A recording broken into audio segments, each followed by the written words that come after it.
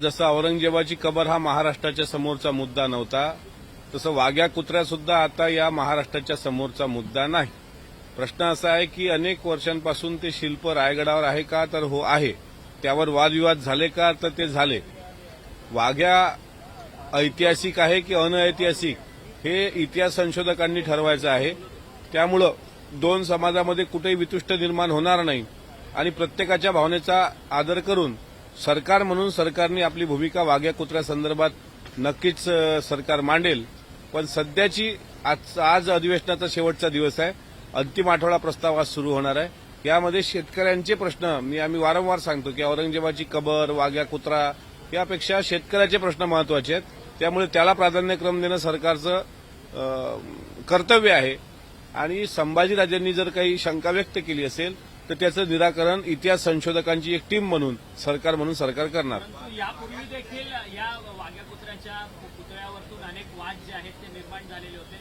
वाघ्या कुत्र्याचा पुतळा जो आहे तो पेशवेकालीन आहे आणि अलीकडचा आहे असं देखील काही लोकांचं म्हणणं आहे. आणि इंद्रजित सावंत जे इतिहासकार आहेत त्यांचं म्हणणं आहे की छत्रपती शिवाजी महाराजांचा जर संपूर्ण वैयक्तिक आयुष्य बघितलं आणि वाघ्या कुत्रा यांचा कुठेही दुरान्वय जो आहे तो संबंध नाही, त्यामुळे हे इतिहासाला धरून नाहीये असं त्यांचं म्हणणं. नाही, इतिहासामध्ये कुठेही तत्कालीन संदर्भ साधनामध्ये वाघ्या शिवाजी महाराजांच्या सोबत असल्याची, वाघ्या कुत्रा असल्याची अशी कुठलीही नोंद नाही.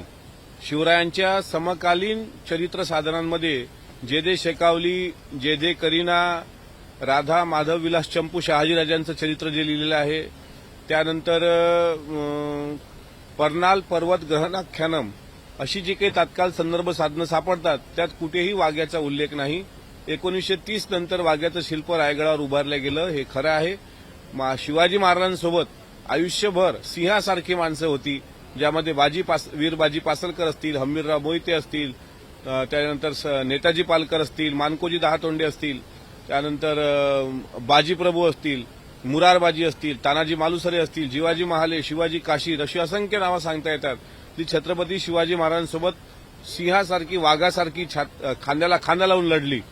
मात्र वाघ्याचा संबंध हा 1930 नंतरचा आहे आणि अनेक आंदोलनं या संदर्भात होत आहेत. फक्त असं आहे की वाघ्याची जे शिल्प आहे ते शिल्प छत्रपती शिवाजी महाराजांच्या समाधीच्या, म्हणजे जे समाधींचं हाईट आणि शिल्पाची हाईट असं उंचावर आणि शिवरायांची समाधी खाली, म्हणून सूर्य ज्यावेळेस मावळतीला जातो त्यावेळेस त्या वाघ्याच्या शिल्पाची सावली हे छत्रपती शिवाजी महाराजांच्या समाधीवर पडते. हे मात्र चुकीचं आहे. त्यामुळं वाघ्याचं शिल्प ऐतिहासिक की अनऐतिहासिक तात्कालीन संदर्भ साधनामध्ये कुठेही वाघ्याचा उल्लेख नाही, हे मात्र खरं.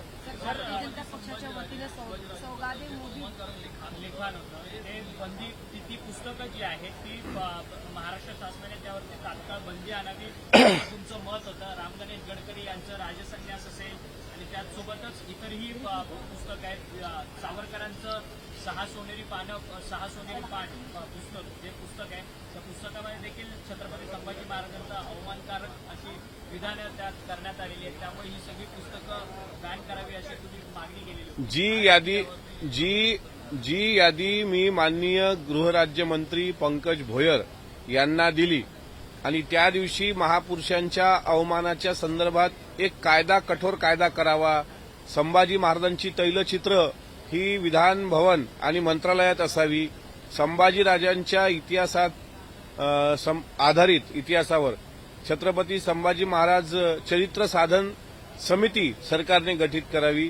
त्याचप्रकारे संभाजी महाराजांवरचं जे विकृत लिखाण आहे ते आता जे महाराष्ट्र शासन प्रकाशित करते आहे ते महाराष्ट्र साहित्य परिषदेवर किंवा शासकीय मुद्रणालयामध्ये मिळतं ते आहे राम गणेश गडकरी उर्फ गोविंदाग्रजांचं राजसन्यास. राजसन्यासप्रमाणेच बेबंदशाही, येथे ओशाळला मृत्यू, रायगडाला जेव्हा जाग येते, त्यानंतर थोराताची कमळा, मोहित्याची मंजुळा अशी 50 चित्रपट आणि 40 बदनामीकारक नाटकं यावर बंदी आणण्याकरता सरकारने हालचाली सुरू केलेल्या आहे. या अधिवेशनाचं ते सांस्कृतिक फलित मी असं म्हणतो की पहिल्या दिवसापासून जो आपण पाठपुरावा करतो, विशेषतः याच्यामध्ये सर्वात जास्त श्रेय कोणाचं, तर ते पत्रकार बांधवांचं श्रेय आहे की पत्रकार बांधवांनी राम गणेश गडकरींचा मुद्दा जर लावून धरला नसता किंवा त्यातलं विकृत लिखाण जर जनतेसमोर आणलं नसतं तर कदाचित त्याचं गांभीर्य आलं नसतं. पण माननीय राज्यमंत्री पंकज भोयर यांनी तो शब्द दिलाय आणि तात्काळ ते साहित्य हटवण्याला सुरुवात होते, याचा मला आनंद आहे. सावरकरांनी लिहिलेली जी पुस्तकं आहेत छत्रपती शिवाजी महाराज किंवा संभाजी महाराजांच्या आधारित जे चुकीचं ज्यांनी कोणी संभाजी महाराजांबद्दल चुकीचं लिखाण केलं असेल त्या सर्व लिखाणावर सरकार बंदी आणणार आहे. सर, कुणाल कामरा सौगाते मोदी हे किट भाजपच्या सौगाते किट नावाचं मोदी हे सगळ्या मुस्लिम बांधवांना रमजानच्या निमित्तानं देशभरामध्ये याचं वाटप केलं जाणार आहे. जसा आनंदाचा शिधा दिला जात होता तसं हे दिलं जातं. यावर आपली प्रतिक्रिया काय? मोदींचं मुस्लिम प्रेम यातून उफाळून येतंय, याच्यावरती नाही बघा, त्यांच्या पक्षांनी किंवा त्यांनी काही मुस्लिमांचा कायम विरोध केलेला नाही. काही एक दोन लोक करतही असतील, पण एक लक्षात घ्या, मुख्तार अब्बास नक्वी आणि शहानवाज हुसेन हे त्यांच्या पक्षाचे दोन्ही ज्येष्ठ नेते आहेत. आणि ईदच्या निमित्तानं जर ते सौगाते मोदी असं वाटप मुस्लिम बांधवांना करत असतील देशभरात, तर त्या गोष्टीचं स्वागत केलं पाहिजे. मोदींनी खरं तर भाजपच्या नेत्यांना समज देणं गरजेचं आहे का? त्यांच्याच पक्षातले जे मंत्री आहेत, आमदार आहेत, ते सातत्यानं द्वेषपूर्ण वागतात. मला असं वाटतं त्यांच्या पक्षातले जे मंत्री आहेत, त्यांच्या पक्षातले जे आमदार आहेत, जे सातत्यानं मुस्लिम द्वेष करतात, ते जेव्हा इकडे येतील विधान भवनला, तेव्हा त्यांना सौगाते मोदी या विषयावर आपण प्रश्न विचारावा. परंतु ना टी राजासारखा एक व्यक्ती आहे जो भाजपचा नेता आहे, तो सातत्यानं महाराष्ट्रामध्ये अनेक ठिकाणी जातो आणि प्रक्षोभक भाषणं करतो. हैदराबादेत देखील तशीच भाषणं करतो. त्यांच्या भाषणामुळे दंगली उसळतात. नागपूरची देखील अलीकडेच अशी दंगल झाली आहे. त्यामुळे या नेत्यांना समज द्यावी मोदींनी किंवा त्यांच्या शीर्षत्व नेतृत्वानी, असं वाटत नाही का? नाही वाटतं. टी राजा हा जसा कोरटकर चिल्लर आहे तसा टी राजा सुद्धा तितकाच चिल्लर आहे. टी राजाला आम्ही चॅलेंज केलं होतं की औरंगजेबाची कबर पाडायला त्यांनी यावं. त्यांनी माझं चॅलेंज स्वीकारलेलं आहे आणि मी वाट पाहतोय की तो औरंगजेबाची कबर पाडायला बुलडोजर घेऊन कधी येतो. म्हणजे अशा प्रकारे हिंसक बोलणं, अशा प्रकारे प्रक्षोभक बोलणं हे टी राजाचा एकंदरीत स्वभाव. आणि एकटा टी राजावरून त्या पक्षाचा मोजमाप करता येणार नाही. पण महाराष्ट्रात सुद्धा अनेक टी राजे आहेत. त्यांना सुद्धा त्यांच्या पक्ष नेतृत्व आणि त्यांचे पक्षश्रेष्ठी हे त्याला समज देतील अशी मला अपेक्षा आहे. हे माझ्यापेक्षा अधिक तुम्हाला त्या टी राजांची यादी माहीत आहे. त्यामुळं त्या टी राजांना सुद्धा महाराष्ट्राचे मुख्यमंत्री समज देतील.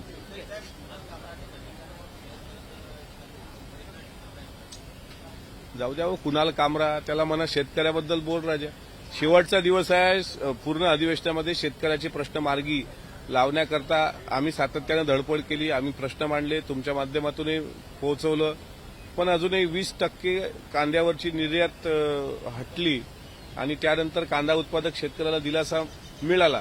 पण कापूस उत्पादक शेतकरी, सोयाबीन उत्पादक शेतकरी, हरभरा उत्पादक शेतकरी, धान उत्पादक शेतकरी, या शेतकऱ्याचे प्रश्न अजूनही प्रलंबित आहेत. ते या अधिवेशनाचं फलित असायला पाहिजे. आजच्या 260च्या अंतिम आठवडा प्रस्तावावर आम्ही परत जे विषय राहिले ते आजच्या दिवसात जेवढे मांडता येतील ते मांडतो. कुणाल कामरा यांनी त्याचं काम काय असेल ते केलं, त्याचे परिणाम पण तो भोगतोय.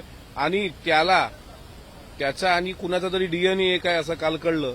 आता तशी लोक झाडावर चढवत असतील तर त्याला भविष्यात त्याचा त्रास होणारच आहे. तुम्ही आता शेतकऱ्यांवरती बोललात, पण काल मुख्यमंत्र्यांनी उत्तराला म्हटलंय की रेकॉर्ड ब्रेक आम्ही कापूस खरेदी केली, सगळं काही केलंय. तुम्ही सहमत नाहीत का मुख्यमंत्र्यांच्या उत्तराची? खरेदी केली बरोबर आहे. एमएसपी जो आहे, शेतकऱ्याच्या मालाचा जो हमी भाव आहे, सीसीआयची केंद्र बंद असताना प्रायव्हेट व्यापारी कापूसाची खरेदी करतात. त्यामुळे शेतकऱ्यांचं आर्थिक शोषण होतं. त्याच्यानंतर हरभऱ्याचं तसंच झालं.